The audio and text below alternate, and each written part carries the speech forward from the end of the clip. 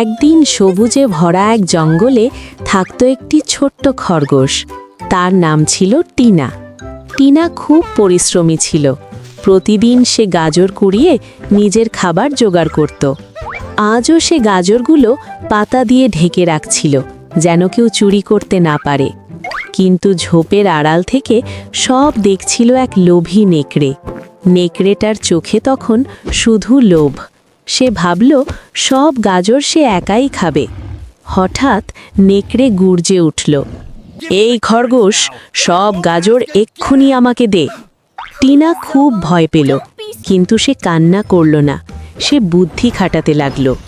টিনা শান্তভাবে বলল, নদীর ধারে আরো বড় আর মিষ্টি গাজর আছে, চলো আমি দেখাই। লোভী নেকড়ে কথা বিশ্বাস করে টিনার পেছনে পেছনে নদীর দিকে চলল। নদীর কাছে এসে নেকড়ে খুব তাড়াহুড়ো করতে লাগলো। হঠাৎ পা পিছলে নেকড়ে ধপাস করে পানিতে পড়ে গেল। নেকড়ে সাহায্যের জন্য চিৎকার করতে লাগলো। টিনা দৌড়ে গিয়ে একটা ডাল ছুঁড়ে দিল। নেকড়ে কোনো মতে উঠে এসে খুব লজ্জা পেল। সে বুঝল লোভ করে সে ভুল করেছে।